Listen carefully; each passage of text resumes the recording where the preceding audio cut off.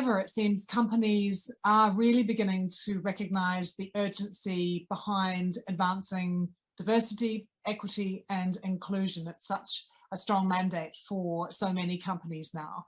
But there's still lots of questions, I think, that people have around what has actually been achieved, what strides have been made, what more needs to be done, what role investors have to play as well, and exactly what DEI looks like in 2022. Well, those are some of the questions that we're going to get answers to now, because Demesha Hill, who is Head of Diversity and Community Relations, is going to be talking to Georgina Fogo, Chief Risk Officer.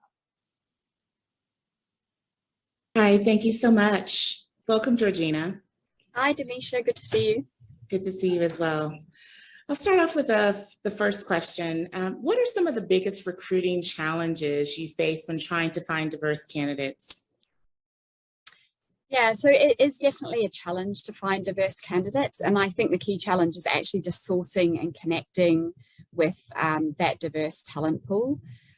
So from my perspective, a couple of things that we do to try to tackle that.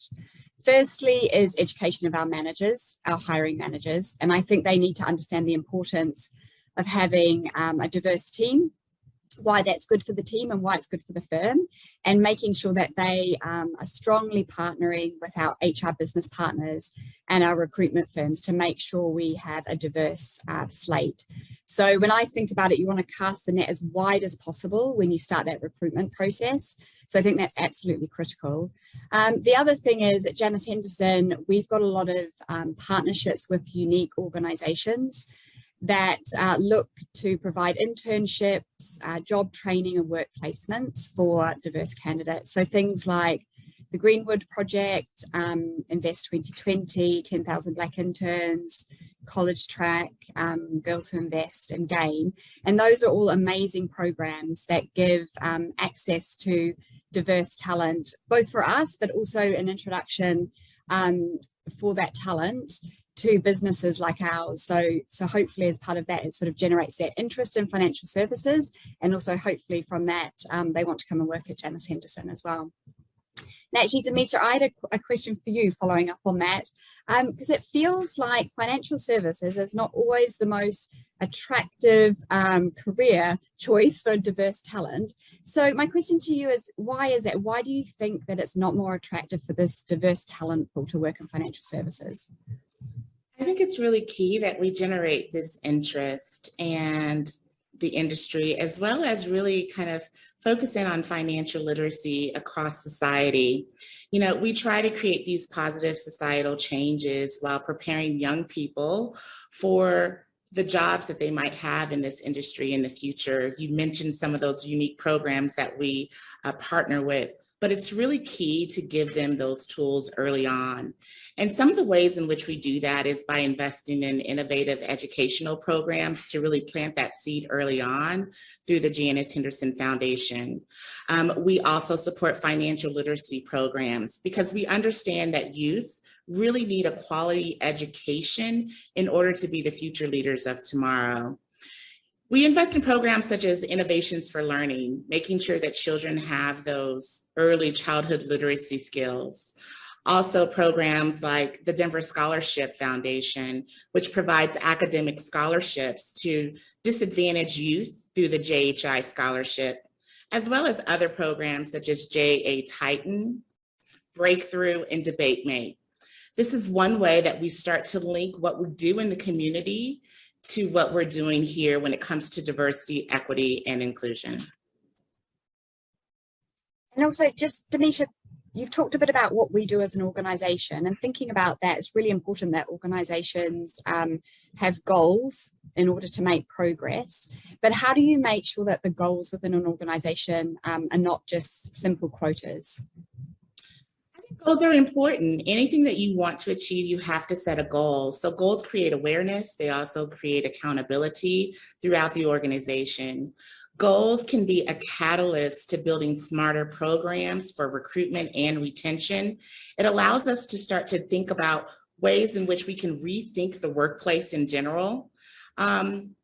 And then goals kind of start a bigger process, that naturally leads to better outcomes while still allowing us the opportunity to cast a wide net so that we can pick the best candidates for those given roles.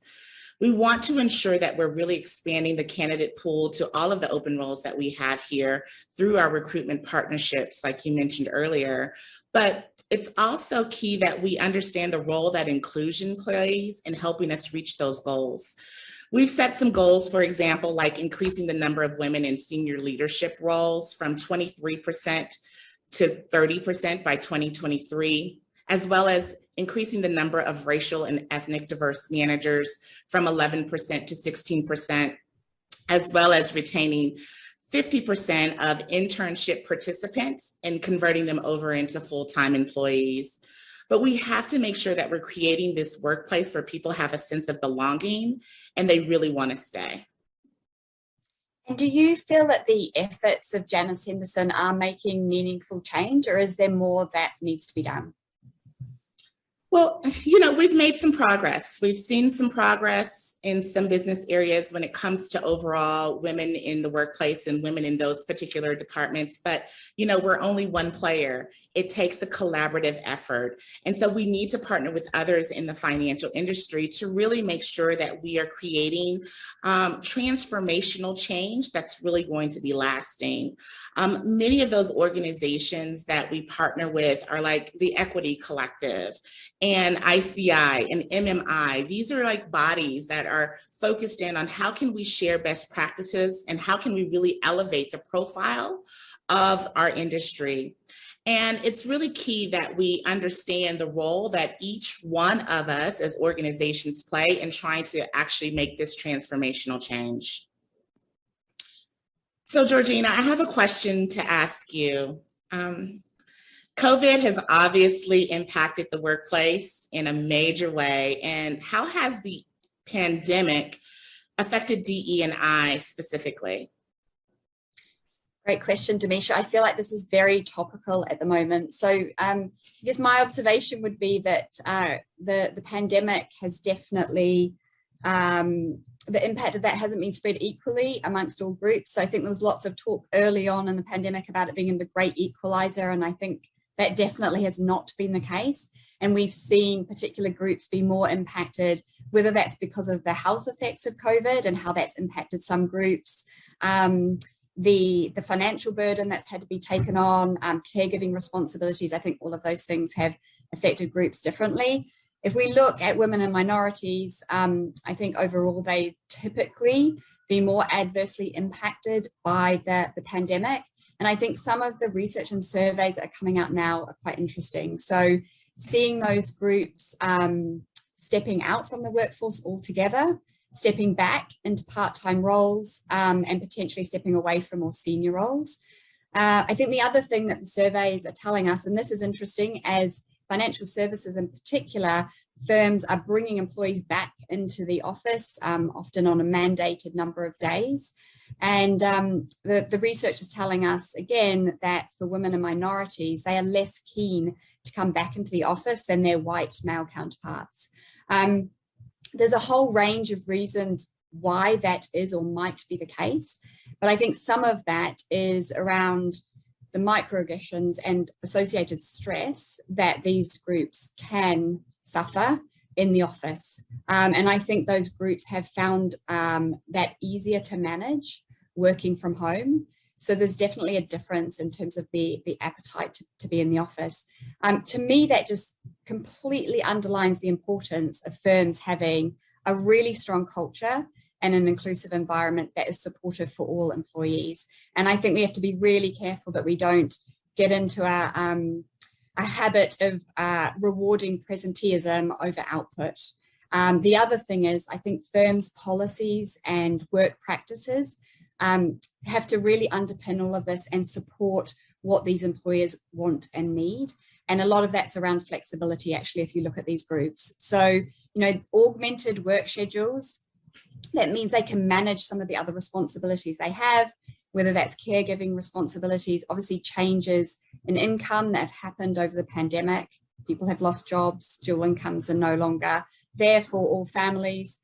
So I think those types of things are really important. And I think unless firms, us and other firms, really step up and provide those policies and those workplace practices and the right kind of environment, we are going to lose these people from the workplace. So it's absolutely critical.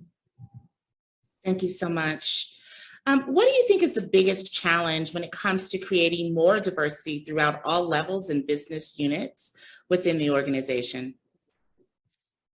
Yeah, so I mean, we touched on the fact that it's quite challenging to connect and source diverse talent, which I think is right, but there are ways that we can do that.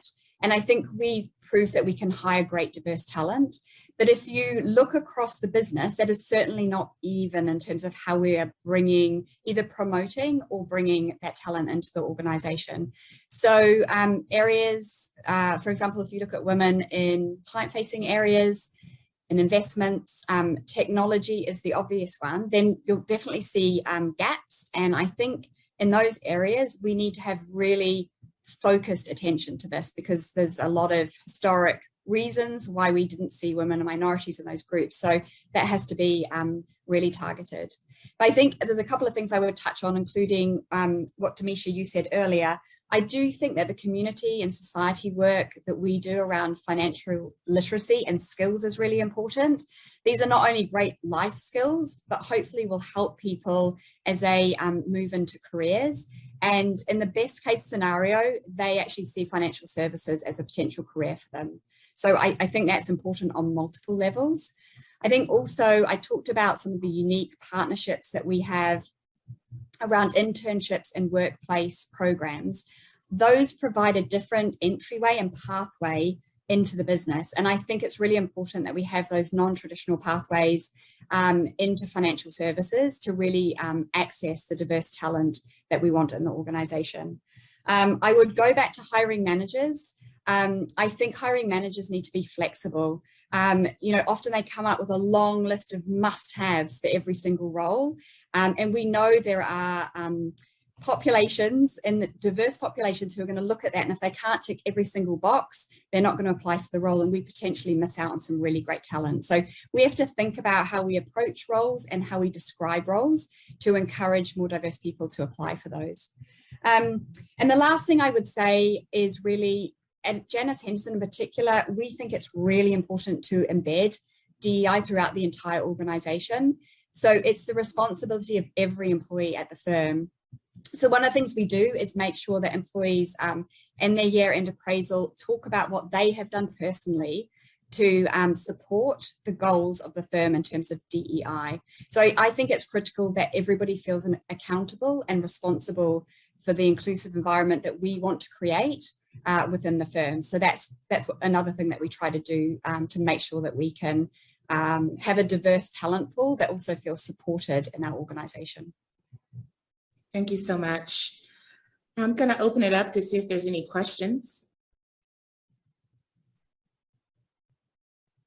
No, I was going to say, though, it's really quite inspirational to hear from you both about how much progress, you seem to be making in this space and the kind of work that you're doing. It was really good to hear about some of that, the accountability requirement that you were mentioning there at the end, Georgina, but we haven't had any questions through for you. So I'd like to thank you both very much. It was good to hear your thoughts. Thank you.